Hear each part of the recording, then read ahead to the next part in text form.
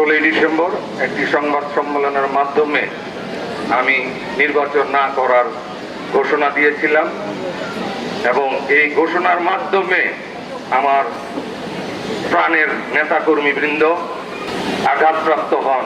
সত্য ক্ষমা প্রার্থনা করছি। ব্যক্তির চেয়ে দল বড়, দলের চেয়ে দেশ বড়। আমাদের আগে দেশ, ক্ষমতার আগে জনতা, সবার আগে বাংলাদেশ। আমি পুনরায় ব্যক্ত করতে চাই যে এই ভালোবাসা আপনাদের মাধ্যমে আমি পেয়েছি, যেটা আসলে আমি আপনাদের কাছেও ক্ষমা প্রার্থী।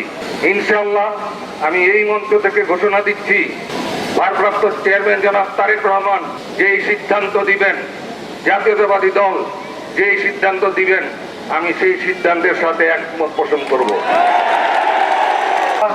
আমি নির্বাচন করব ইনশাআল্লাহ।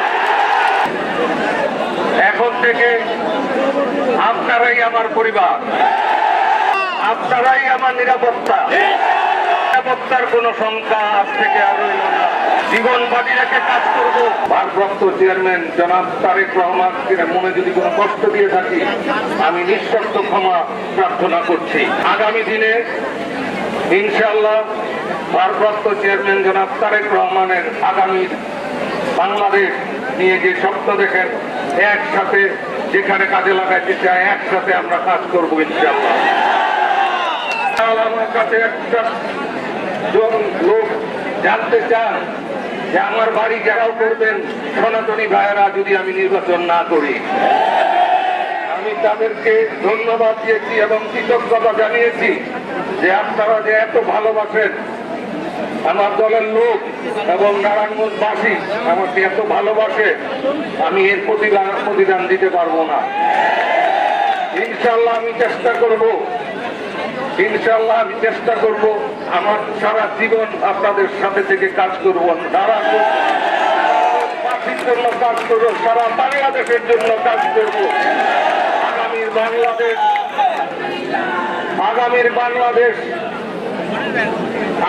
বাংলাদেশ ইনশাআল্লাহ হবে স্বপ্নের বাংলাদেশ। আগামী বাংলাদেশ হবে তারুণ্যে নির্ভর বাংলাদেশ এবং প্রবীণ এবং তরুণের স্বপ্নের বাংলাদেশ। এবং ভারপ্রাপ্ত চেয়ারম্যান জনাব তারেক রহমান যেই নতুন বাংলাদেশের স্বপ্ন দেখে, সেই বাংলাদেশ আমরা গড়ার চেষ্টা করব, ওনাকে সহযোগিতা করব। জনাব ভারপ্রাপ্ত চেয়ারম্যান আমাকে নমিনেশন দিয়েছেন, দল আমাকে নমিনেশন দিয়েছেন।